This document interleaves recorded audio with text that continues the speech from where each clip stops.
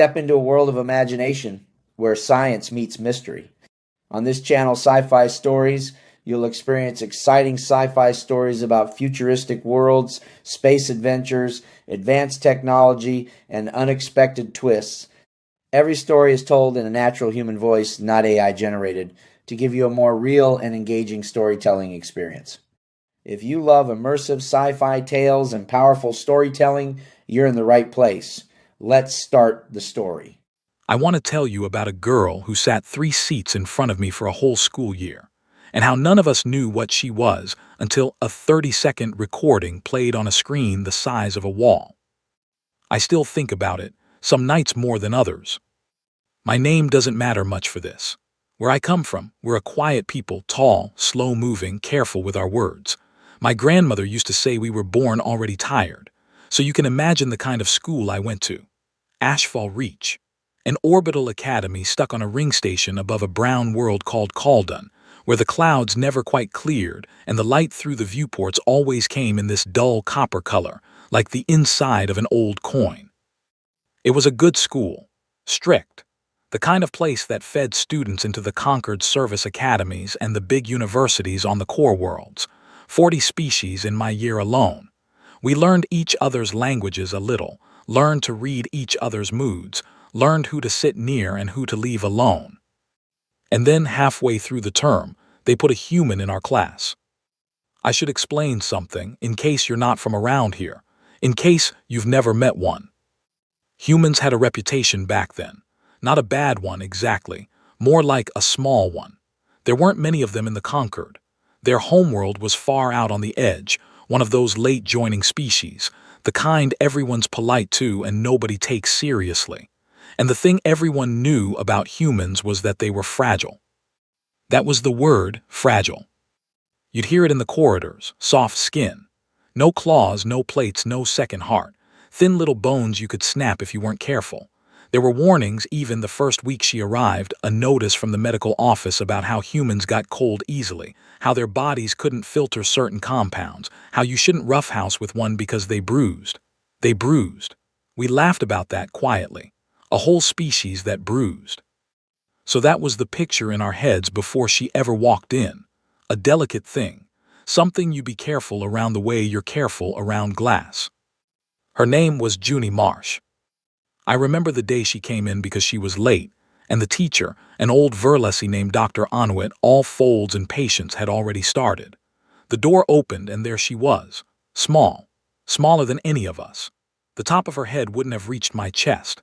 She had this brown skin with little dark specks scattered across her nose and cheeks, which I learned later were called freckles and meant nothing, just a thing human skin did in light.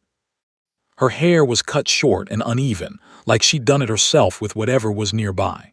And she had these eyes, flat, steady, the kind of eyes that look at a room and count the exits before they look at the people.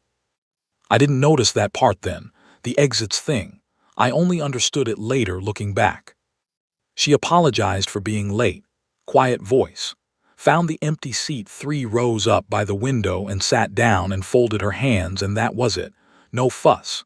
She didn't try to make friends, didn't try to impress anyone. She just became part of the furniture, the way new students do, and within a week most of us had stopped seeing her at all. That was the first strange thing about Junie Marsh if you knew how to read it. She was good at disappearing, too good. Most kids her age dropped into a school full of strangers. They either fight to be noticed or they hide badly and you can smell the fear on them. Junie did neither. She went still. She went quiet in a way that wasn't nervous. It was practiced. It was the stillness of someone who had learned somewhere that being noticed could cost you. But of course none of us thought that at the time. At the time we just thought, there's the fragile little human keeping to herself, poor thing. Let me tell you about the gravity court, because that's where the cracks started. HFY Reach had this big athletic hall on the lower ring with adjustable gravity. Coach Brell, a broad, loud tarn with a voice like a landslide, ran our physical conditioning there twice a cycle. Most of it was harmless. Running, climbing, team games. But Brell liked to crank the gravity up sometimes to build us, he said. He'd take it to 1.4, 1.5 of standard and make us do laps, and we'd all be wheezing and dragging by the end. The first time Junie went through it, everyone watched her. Sort of sideways, the way you watch to see if someone's going to embarrass themselves. The fragile human in heavy gravity. We figured she'd fold up in the first lap. She didn't fold, but here's the thing, she didn't shine either. She ran the laps, slow, sweating, breathing hard. She finished near the back, leaning on her knees at the end, hair stuck to her forehead, perfectly ordinary, a little behind average. If you'd asked me that day, I'd have said she was unremarkable, maybe slightly below the rest of us, exactly what you'd expect from a soft little edge-world kid. And that should have been the end of it. But there was a boy in our class named Drosk. Big Sorth kid, all shoulders, the kind who needed to be the strongest thing in any room or he got mean about it. He'd taken a dislike to Junie, not for any reason, just because she was small and new and didn't react when he poked at her, and that lack of reaction bothered him. Bullies hate a target that won't flinch. So one day in the gravity court, while we were resting between sets, Drosk decided to put on a show. He'd been climbing the rope wall, this tall mesh of grips that went up maybe 12 meters to the ceiling, and he came down and started bragging. Said the human couldn't do it. Said she'd snap her little arms off trying. Said it loud, so the whole class heard and a few kids laughed, the way kids do. Junie was sitting against the wall, drinking water, not looking at him. "Come on, human," Drosk said, walking over. "Show us climb." And she looked up at him, calm, flat, and she said, "No thanks." That was all, no thanks, like he'd offered her a snack she didn't want. It made Drosk angry in that way that bullies get, when the thing they're poking won't poke back. He reached down and grabbed her by the front of her shirt and hauled her up. Just yanked her right off the floor, fabric bunched in his fist. And I want you to understand what happened in that next second, because it was so fast that half the class didn't even see it, and the ones who did argued for weeks afterward about what they'd actually witnessed. Drosk had her lifted, her feet were off the ground, and then they weren't. I don't know how to describe it cleanly. There was a motion, her hand came up and did something to his wrist, a turn, a small twist of pressure, and Drosk made a sound I'd never heard him make, this high startled bark, and his arm bent the wrong way just slightly, just enough, and his knees came down hard against the mat. He was kneeling. This boy who was twice her weight, who could bench press most of the class, was kneeling on the floor with his arm caught in her small hand, and his whole face had gone pale and confused, like the world had tilted under him. It lasted maybe a second and a half. And then this is the part I keep coming back to, she let go. Immediately. The moment he was down, she released his wrist and stepped back, and her face did this thing where it went carefully blank, and she shook her hands out like she'd touched something hot, and she said, "Sorry, sorry, reflex. You startled me." Reflex. Drosk scrambled up, holding his arm, and he was breathing fast, and you could see him trying to decide whether to be furious or scared and not quite landing on either. He muttered something and walked off, and the class sort of rippled, murmured, looked at her. And Junie Marsh sat back down against the wall, picked up her water and went small again, folded herself back down into being nobody. By the end of the session, she was breathing hard at the back of the laps again, ordinary, behind average, and if you hadn't seen that second and a half, you'd never have known. I'd seen it. I sat there the rest of the session with my hearts going strange in my chest because I knew that what I'd watched wasn't reflex. Reflexes are wild. They flail. What I'd seen was clean, controlled, the exact amount of force needed and not one bit more. She'd had complete authority over his body for a second and a half, and then she'd given it back on purpose and apologized for it. You don't apologize for a reflex like that. You apologize for a thing you chose to stop doing. I told a couple of friends afterward and they didn't believe me. Said I'd misread it, said Drosk had slipped, said humans were too weak to do that. The story didn't fit what everyone already knew, so the school just rounded it off, smoothed it away. Drosk fell. The human got lucky. Move on. But I started watching her after that. Once you start watching someone, you can't stop seeing the things you missed. Little things.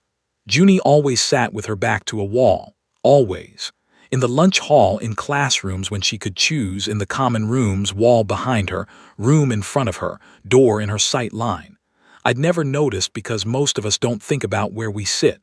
She thought about it every single time. She ate fast, not rude fast, just efficient. Like food was fuel and lingering over it was a luxury she'd unlearned. She finished before everyone and then sat there with her hands flat on the table, watching the room, and you'd think she was bored, but she wasn't bored. She was aware, constantly aware, tracking who came in, who left, where the staff were. She slept badly. You could tell. There were mornings her eyes had that bruised, hollow look, and she'd come into first lesson moving carefully, like her whole body hurt, and I started to wonder what a human dreamed about that left them looking like that. And loud noises. Calden had storms sometimes, big atmospheric discharges that lit up the brown clouds below us and sent a deep thump through the station's hull. Most of us barely noticed.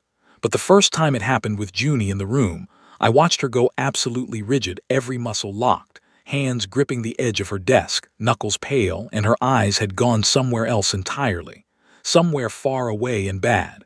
It only lasted a moment. Then she breathed out slow, counted something under her breath and came back, smoothed her face, folded back down. I didn't have a word for it then. I do now. I've met enough soldiers since to recognize it.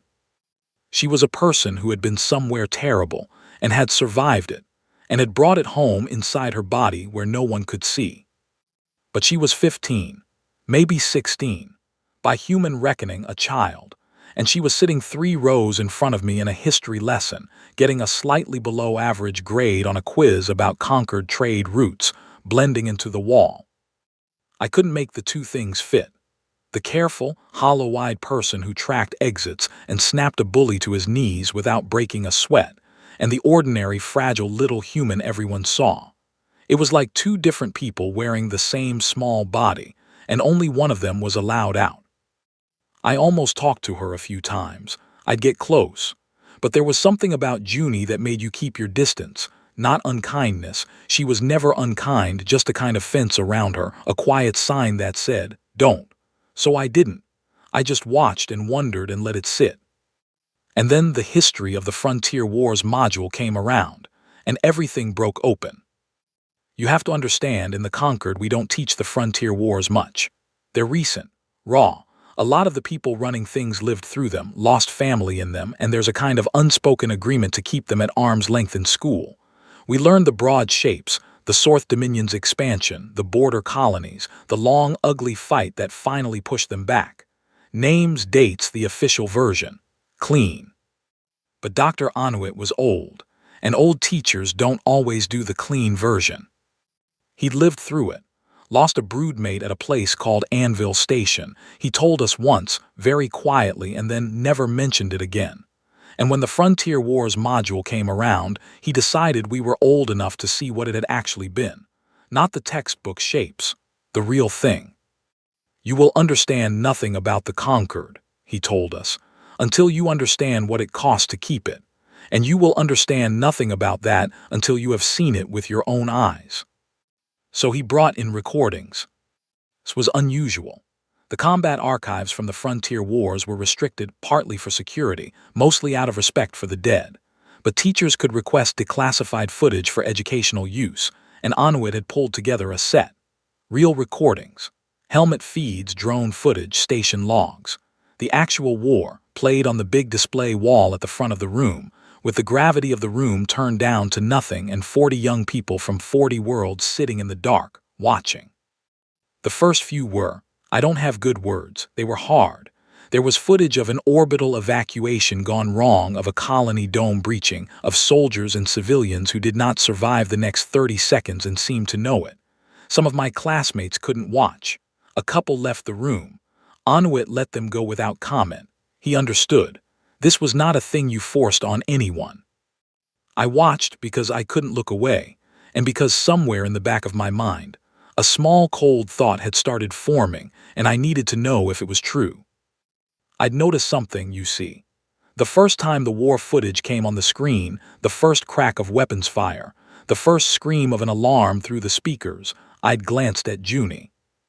And Junie had gone still. That deep locked, far away still, hands flat on the desk, eyes fixed on the screen, not flinching, not looking away like the others, recognizing. She watched every recording all the way through, didn't leave once, and her face the whole time had this expression I can only call grief, old, settled grief, the kind you've had so long it's become part of your bones, the grief of someone watching home footage of a place that's gone. By the third lesson of that module, I was certain something was wrong, and I had no idea what, and I was too frightened of being right to say anything. And then came the day Anuit played the recording from Anvil Station. He told us about it first. He stood in front of the dark room with the display blank behind him, and his old voice was even quieter than usual. Anvil Station, he said, was a refueling and refugee transit point on the Verge line. In the 11th year of the war, when the South pushed through the Coronal Gap, 300,000 civilians were funneled through Anvil in a single rotation. Families, children, the old, everyone trying to reach the inner systems before the front collapsed. He paused. His folds moved, the way Verlesi do when they're choosing words carefully. The South reached Anvil before the evacuation finished. There was a conquered garrison there. It was small, undermanned. They were not supposed to be able to hold. The official position at the time was that Anvil would fall and the last 40,000 civilians aboard would be lost. He looked at us. They were not lost. Anvil held for 9 hours past the point when it should have fallen, long enough for every last transport to break orbit. I am here today because my broodmate was on the third-to-last transport. I have spent my life trying to understand how those 9 hours happened. The recordings are incomplete. Most of the garrison's logs were destroyed, but some helmet feeds survived, recovered from the wreckage, and a portion was declassified 2 years ago for the War Memorial Archive. He turned to the display. I am going to show you one. It is short. It is difficult. You may look away, but I ask you to try to watch because what you are about to see is the reason you are sitting in a free school on a free station today instead of in a Dominion labor block. The reason has a name. We will get to the name. And he started the recording. I want to slow down here because what happened in the room over the next 3 minutes is the thing I came to tell you about. The recording itself is the famous part. Everyone in the Concord has seen the Anvil footage now. It's part of the memorial. They play it every remembrance. But I was there in that room, 3 seats behind her, when it played for people who didn't know yet. The screen lit up. It was a helmet feed. You could tell from the way the image moved, jolting, organic, the slight fisheye of a faceplate cam. The timestamp in the corner said it was hour 7 of the siege. The view was a corridor, one of those long structural spines that run through a station's core, ribbed with bulkheads lit in emergency red. There was smoke. The audio was a mess of distant fire and alarms and the breathing of whoever wore the helmet, fast, ragged, but controlled. Counting. You could hear them counting under their breath, steadying themselves. And the corridor was full of civilians. You could see them in the feed, streaming past toward the docking spine behind the camera, hundreds of them, every species, carrying children, carrying the old, carrying nothing at all because they'd had no time to grab anything. Pushing, crying, the pure animal panic of people who can hear the enemy getting closer. And the soldier in the helmet was standing between the civilians and the thing coming down the corridor. Alone. I remember the room going very, very quiet, the kind of quiet where you can hear 40 people not breathing. On the screen, the soldier's hands came up. You could see the edges of them at the bottom of the frame, gloved, gripping a weapon I didn't recognize, a battered Concord-issue thing that had clearly been firing for a long time. And down the corridor through the smoke, the first Sorth came into view. If you've never seen a Sorth war form, count yourself lucky. They're big, armored, built for breaching. They came around the far bulkhead in a wedge, weapons up, and the lead one fired and the corridor lit white. And the helmet feed jolted as the soldier moved. I can't tell you exactly what I saw because it happened too fast and the camera was on a head that was moving faster. But the soldier did not break, did not run, did not even step back toward the civilians. They moved forward into the fire into the gap of the corridor, and the weapon in their hands came alive, and the lead sword went down, and the second, and the soldier was talking the whole time, short, flat commands, thrown back over their shoulder at the civilians without ever turning around. Go, don't stop, last door on the left, go, I've got it, go. That voice. I knew that voice. I didn't let myself believe it. Not yet. The audio was distorted, the helmet mic was blown half to static. It could have been anyone. I told myself it could have been anyone. But I had already turned my head, without deciding to. I had turned my head 3 seats forward to look at the back of Junie Marsh's skull, and she was sitting absolutely rigid in the dark, both hands flat on the desk, staring at the screen, and her shoulders were shaking. On the display, the corridor was chaos. The soldier was holding the line, one figure, small inside that battered armor, smaller than any of the Sorth, smaller than the civilians fleeing past, planted in the middle of the corridor like something the war could not move. They took a hit. You saw it, the feed lurched, the soldier staggered, went down on one knee, and a sound came out of them that was pure pain, and the camera tilted toward the deck. And then it came back up. The soldier got up. I have watched a lot of things in my life since that day. I have seen brave people and frightened people and people doing impossible things. I have never, before or since, seen anything like the way that small figure got up off the deck of Anvil Station in hour 7 of a siege that should have been lost, and planted their feet, and put the weapon back up, and said to the civilians, to the war, to whatever was listening, in a voice torn ragged but completely, perfectly steady. You're not getting past me. Not one of you, move.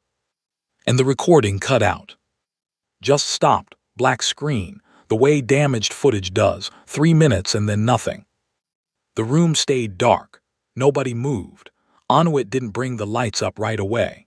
He let the black screen sit there and the silence sit there, and I think he knew, old as he was, careful as he was, I think he knew something had gone wrong in the room, because the silence wasn't the silence of students moved by history. It was the silence of something about to break. Junie Marsh had stopped shaking. She was sitting very straight now and very still, and even from behind I could see that her hands were no longer flat on the desk. They were gripping the edge of it, white-knuckled, holding on. And then Dr. Anuit said the thing that ended the world as we knew it. He brought the lights up soft, gradual, and he turned to us, and his old voice was thick, and he said, "The soldier in that recording held the central spine of Anvil Station for 9 hours. The garrison commander was dead by hour 4. Most of the squad was gone by hour 5. By hour 7, when that feed was recorded, there was effectively one person standing between the Sorth and the final 40,000 civilians in the docking spine. That person held. Every transport broke orbit. Every one. 40,000 people are alive today, and their children, and their children's children, because of 9 hours of one human being who refused to fall." He paused. "Human," he said again, gently, like the word meant something now. "Yes, a human. The conquered did not believe a human could do what was done at Anvil. Many still don't. The records were sealed for years partly for that reason, the soldier's name." And right then, before he could say it, the door at the front of the classroom hissed open, and a staff aide leaned in with some administrative message for Anuit, and the old teacher turned away to deal with it. And for 1 second, one single second, the whole room was looking at the front of the class, at the door, at the teacher. Everyone except me. I was looking at Junie. And in that 1 second, while no one else was watching, I saw her let go of the desk. I saw her press both hands flat over her face, just for a moment, just long enough to drag in one breath that her whole body shuddered around. And I saw her, behind her hands, completely silently, fall apart. Then Anuit turned back, and by the time he did, her hands were down and her face was blank, and she was the fragile little human in the 3rd row again, the one who got slightly below average quiz scores and sat with her back to the wall. But it was too late, because Anuit had turned back to the room, and he was lifting a control pad, and he said, "Let me show you who held Anvil. The memorial archive includes the identity now. It is right that you should know the name." And he touched the pad, and a single image came up on the wall-size display, blown up huge, 10 times life-size, lit in that copper cauldron light. It was a service photo, a human in a Concord uniform looking into the camera with flat, steady eyes that counted the exits before they counted the people. Younger in the photo, hollow-cheeked, but unmistakable, the same uneven dark hair, the same freckles scattered across the nose, the same small, ordinary, impossible face. And under the photo, in clean Concord script, was the name. Here's a thing nobody tells you about a moment like that. When the whole room turns to look at one person, the person being looked at always knows it a half-second before it happens. Some animal part of them feels the weight of 40 pairs of eyes land, and Junie Marsh had spent her whole life feeling eyes land on her before they arrived. So she was already moving. By the time the last of us had finished reading that word posthumous and dragged our heads around to the third row, Junie was on her feet, not panicked, not running, just up, quiet, her chair pushed back without a sound, her bag already over one shoulder, like she'd packed it during the recording. Maybe she had. "Dr. Anuit," she said. Her voice was steady, flat. The voice from the corridor, the one that had said "you're not getting past me," only smaller now, pulled tight over something enormous. "May I be excused? I'm not feeling well." And the old Verlassie turned around, and he had not put it together yet. He was looking at the huge photo on his own display wall, and then at the small human standing in his classroom, and his ancient face was doing the slow work of understanding, fold by fold, and before he could finish the thought, before he could say her name, Junie was already at the door. She stopped there, one hand on the frame, and she did a thing I have never forgotten. She looked back at the photo, the huge one, her own face 10 times life-size, lit copper marked with the name of the dead. She looked at it for 1 second the way you'd look at a grave, and then she looked at all of us, the whole frozen, staring class, and her flat, steady eyes moved across our faces, and I swear they stopped on me, just for an instant, 3 seats back, the one who'd been watching her all term. And she gave the smallest shake of her head, not angry, almost sorry, like an apology, like "I'm sorry you had to find out. I'm sorry it's a sad thing, I'm sorry." Then she was gone, and the door hissed shut behind her, and the photo stayed on the wall, and 40 young people from 40 worlds sat in the copper light not breathing. Anuit found his voice first. He said, "Oh," just that, soft. The sound an old man makes when something he's carried his whole life turns out to be sitting in his classroom getting below-average quiz scores. "Oh." And then he did the kindest thing I ever saw a teacher do. He turned off the display, killed the photo, pulled it down off the wall like he was covering a face out of respect, and he said to all of us very quietly, "You will say nothing. Do you understand me? Whatever you think you have understood in this room, you will carry it gently, or you will not carry it at all. That young person has earned silence from you. Give it." We gave it for about a day. You can't keep a thing like that quiet in a school. You just can't. I need to back up and tell you the part I found out later. Because at the time, none of us understood the most important word on that screen. We were all so stunned by her face that we skidded right past the thing that should have been impossible. Posthumous. It means after death. The Order of the Verge had been awarded to Corporal J. Marsh after her death. The Concord's own records, the memorial, the sealed archive, the war ministry, every official document in existence said that the soldier who held Anvil Station had died holding it. Gone down in hour 9, when the relief fleet finally punched through and found the central spine wrecked and silent and the last transport long gone. They'd recovered a helmet, recovered the feed. Recovered enough to know what she'd done. They had not recovered her. So they buried an empty name, gave it a medal, carved it into the wall, and moved on because there was a whole war still to lose and win, and 40,000 survivors who needed somewhere to go, and nobody had time to wonder too hard about one missing corporal among 100,000 missing dead. But she wasn't dead. That was the thing none of us could hold in our heads.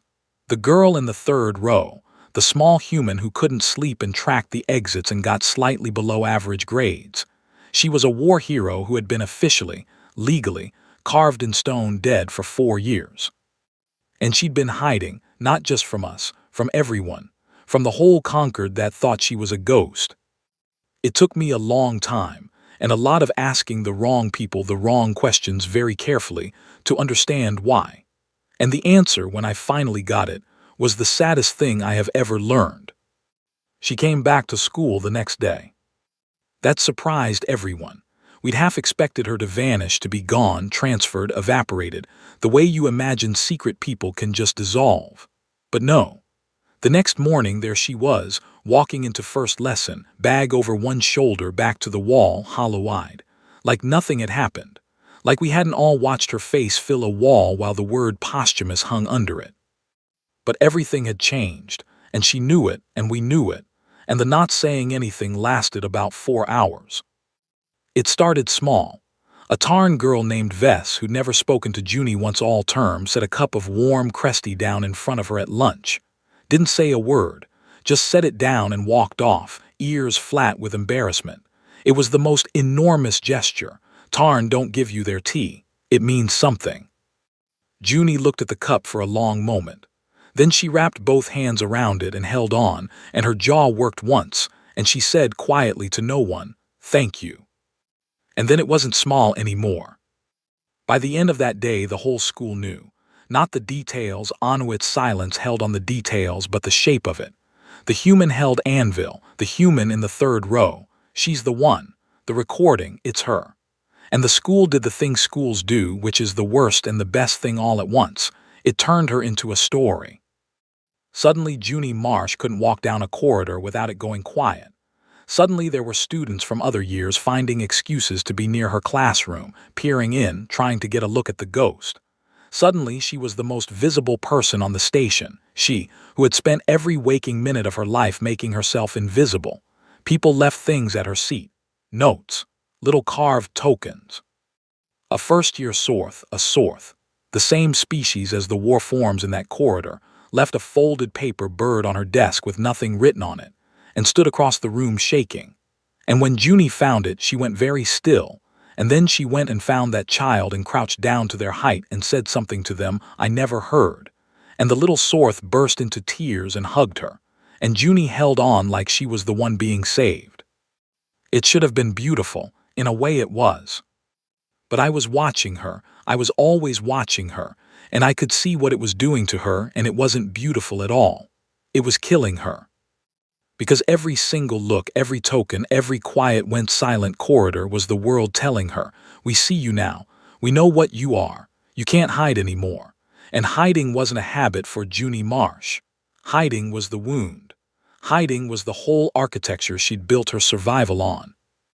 And we'd torn it down in one afternoon with a recording and a name on a wall, and we were standing in the rubble of it calling it love, and she was trying so hard to be grateful. And underneath, she was a person whose only shelter had just been demolished by people who meant well. I understood that later.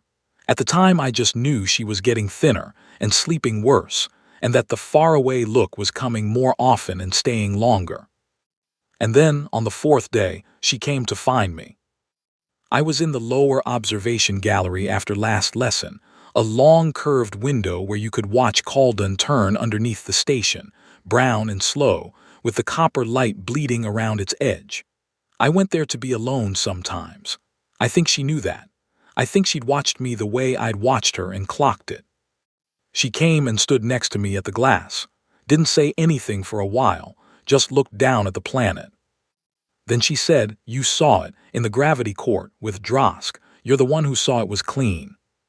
It wasn't a question. I said yes anyway.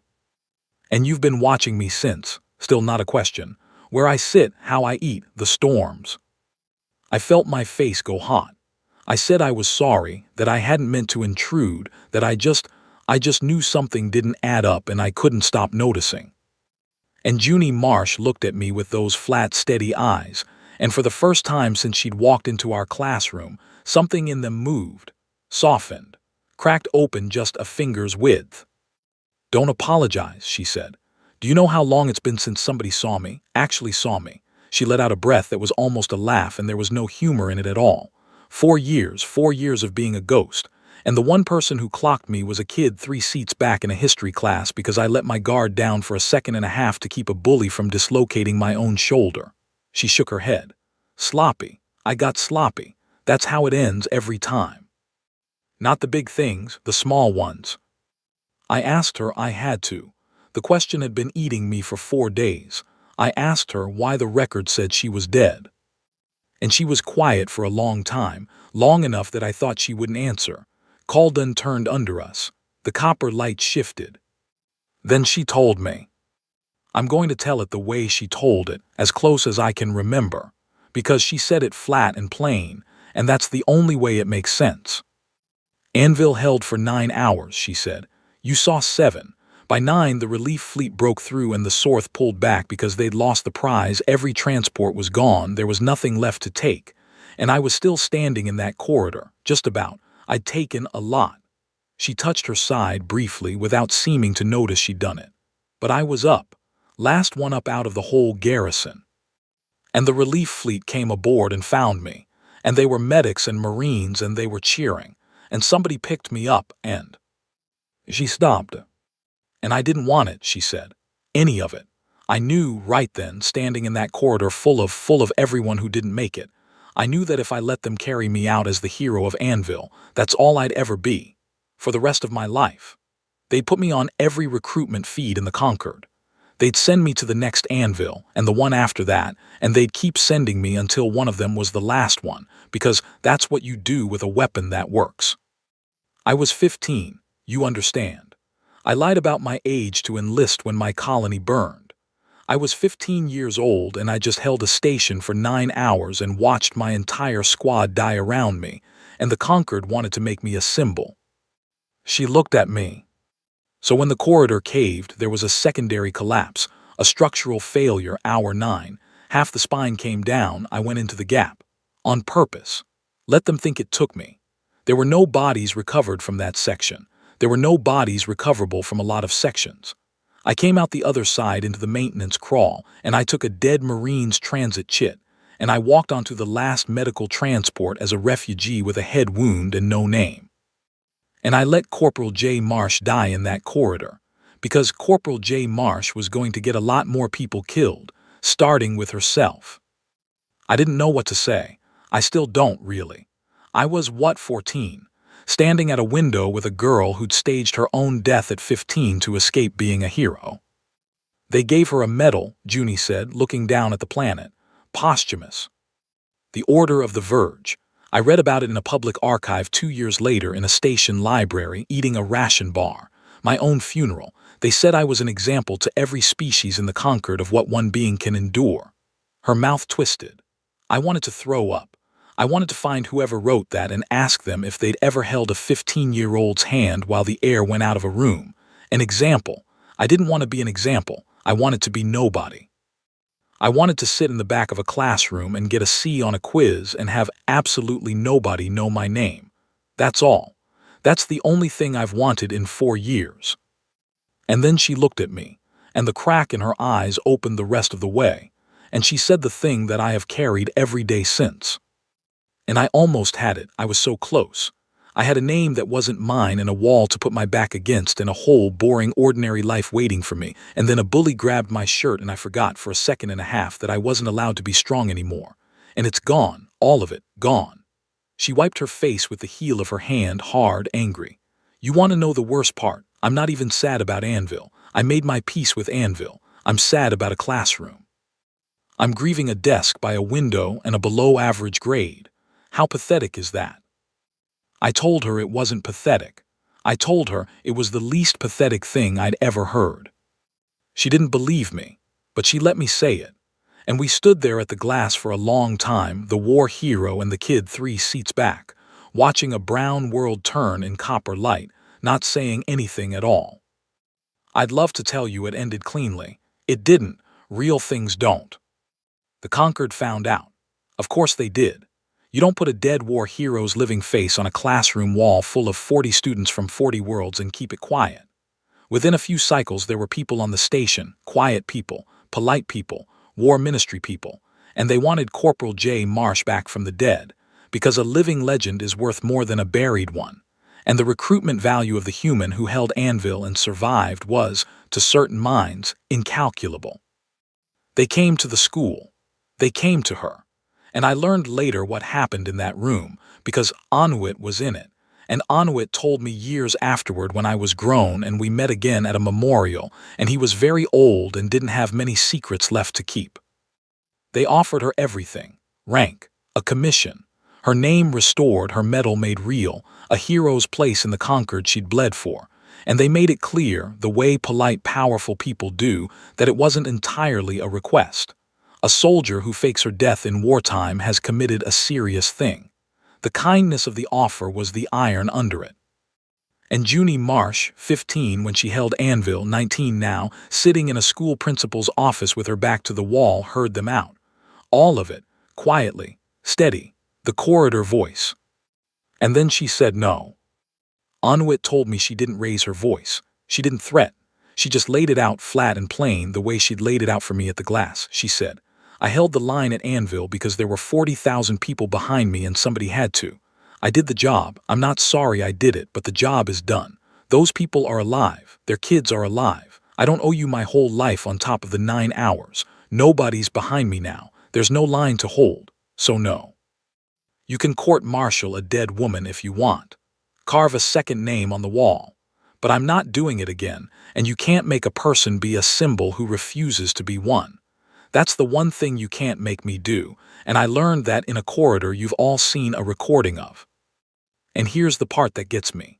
Anuit told me that one of the war ministry people, a hard old Verlassie, a veteran herself, listened to all of that and was quiet for a moment and then stood up and said, Corporal, you held the line at Anvil for 9 hours. I think you've earned the right to choose where the next one is, or whether there is one at all. And she folded her file shut and she left and she took the others with her and she made it go away. Veterans understand. It's the people who weren't there who need the symbol. So Junie stayed. Not invisible anymore, that was gone for good, you can't unring it. But the school did a remarkable thing, which was to slowly, gently let her be ordinary again. The looks faded. The tokens stopped. The corridors stopped going quiet. People had a hero in their school for a few cycles, and then, the way young people do, they got used to it, and the getting used to it was the kindest gift of all. She went back to sitting by the window.